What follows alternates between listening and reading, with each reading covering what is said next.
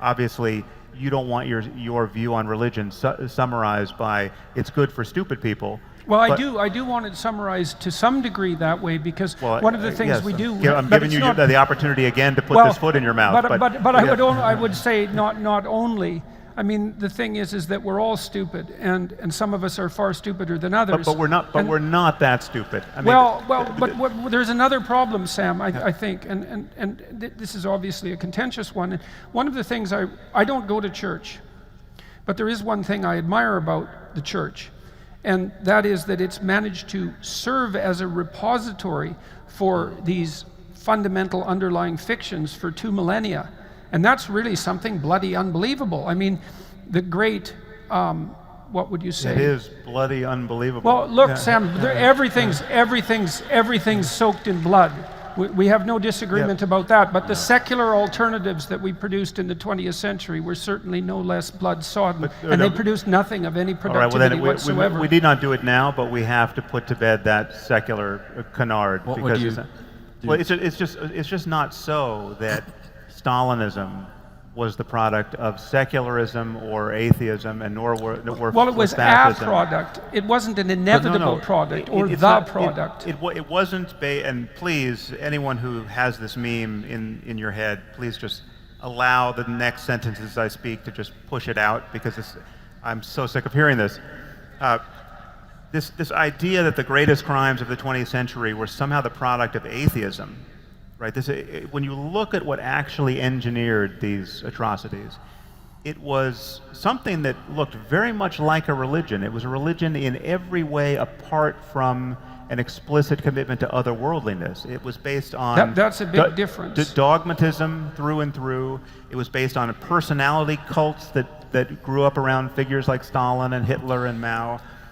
It was not the ideas of Bertrand Russell and David Hume that brought us to the Gulag or to Auschwitz. Yes, but then you can't say it's the thought of Jesus Christ either. I mean, well, no, it's true. No, I can say that. I can say it was the thought of St. Augustine, and I can say it was the thought of St. Thomas Aquinas, explicitly, that gave us the Inquisition. This is a fact. Can I make a suggestion? Yeah. I mean, this is a general one as well as one for tonight, but the whole discussion, I mean, I said the other night in Dublin that to a great extent, when the history books are written about the period we're living in, they'll probably be described as the post-Holocaust period in history, the post-World War II era in Europe. It's still going on. So we're still going through this, trying to work out what happened.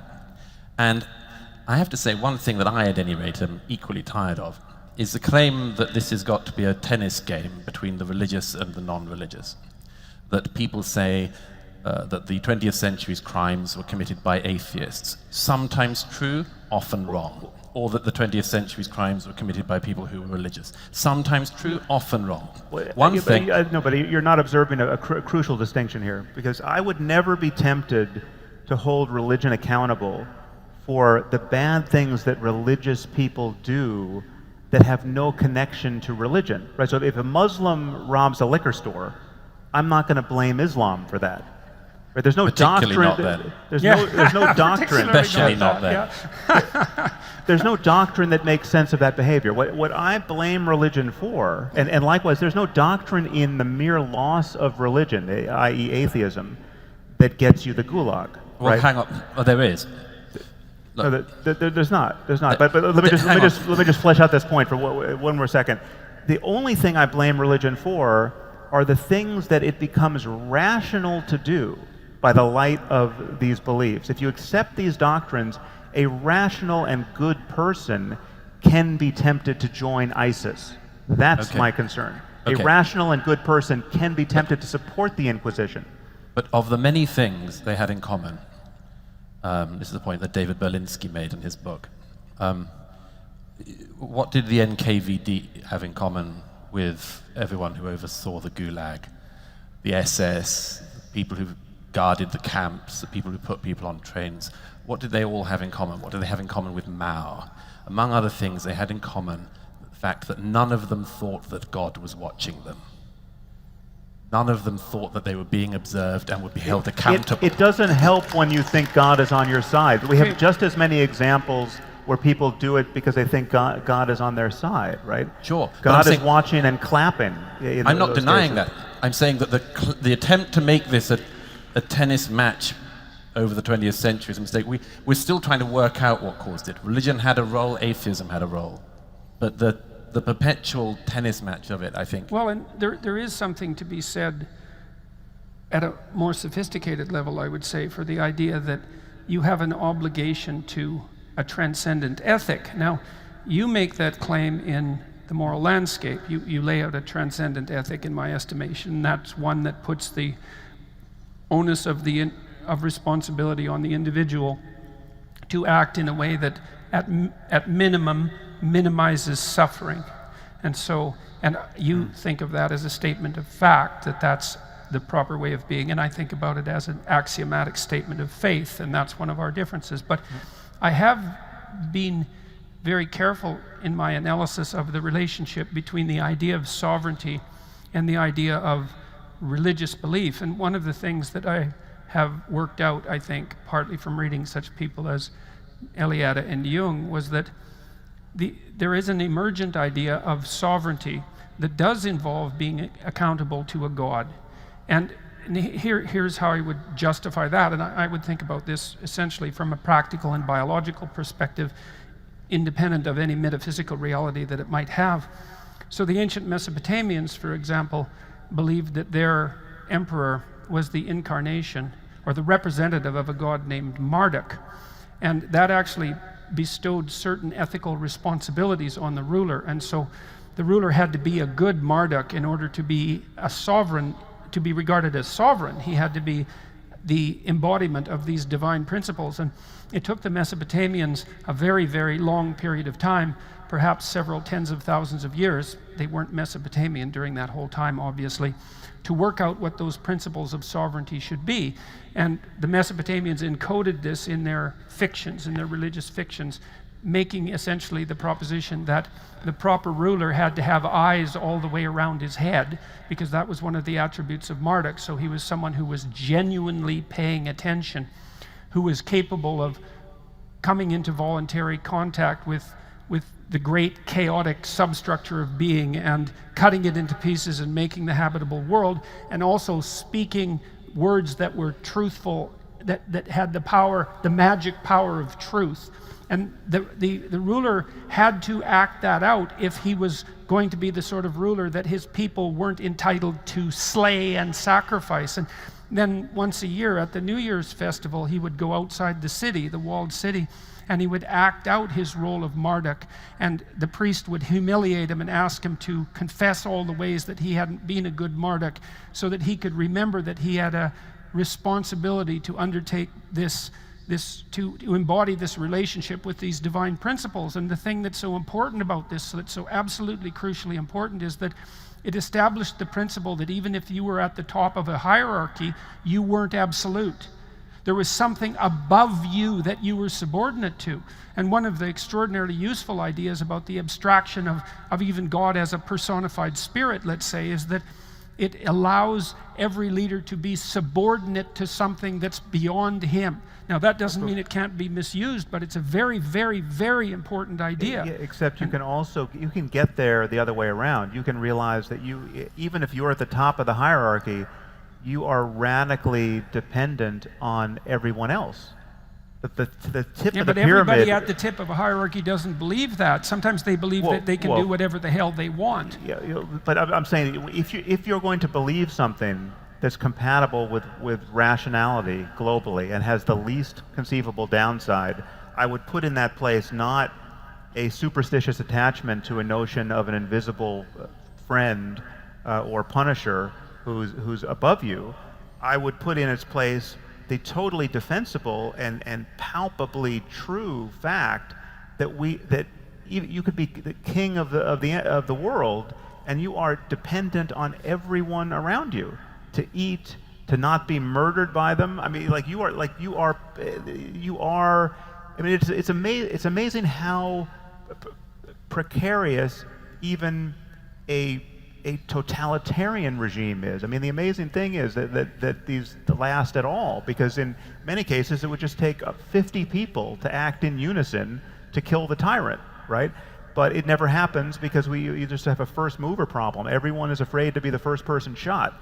But it is a genuine mystery that these systems even perpetuate themselves. And when they unravel, when you see, you know, Gaddafi being murdered in a crowd, you realize, wow, it really is just a matter of the restraint and fear of human beings keeping any of these things together. A benign, if you wanted a hierarchy where you had a kind of benign philosopher king pulling the reins of a society, I'm not saying we do, but even there, you could have an ethical one. You could have one where, and a non-superstitious one where someone recognized, hey, this is how we're doing it, but we are radically, at the top of this hierarchy, am radically dependent on being surrounded by as many happy people as possible.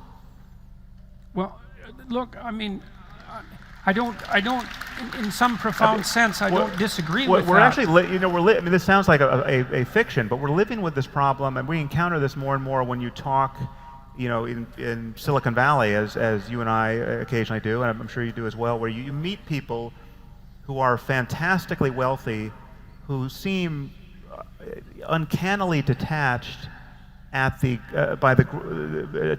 detached at the fact that there's this growing chasm between them and those they know and the rest of humanity, and one begins to wonder what level of wealth inequality will everyone find alarming. And some people are acting as though there is no level that is alarming, that there's a kind of a law of nature that this thing can grow just impossibly to the point where we have trillionaires walking around and you know, in driving in their motorcades. And it's kind of, it's sort of the libertarian religion one occasionally runs into. And clearly there's some level of inequality that's untenable, or at least would be undesirable. I mean, well, it's a funny thing, because that's a place where our thought loops and then agrees to some degree again, because I do believe that you can, in some sense, rationally derive an ethic. So let's take the argument that you put forward and say that, well, and this is an extension of your well-being argument to some degree, which I've thought about a fair bit. It's like, well, okay, what's the optimal solution for you? Well, okay, well, first of all, there isn't just you now. There's you now, and you tomorrow, and you next week, and you in a year, you in 5 years.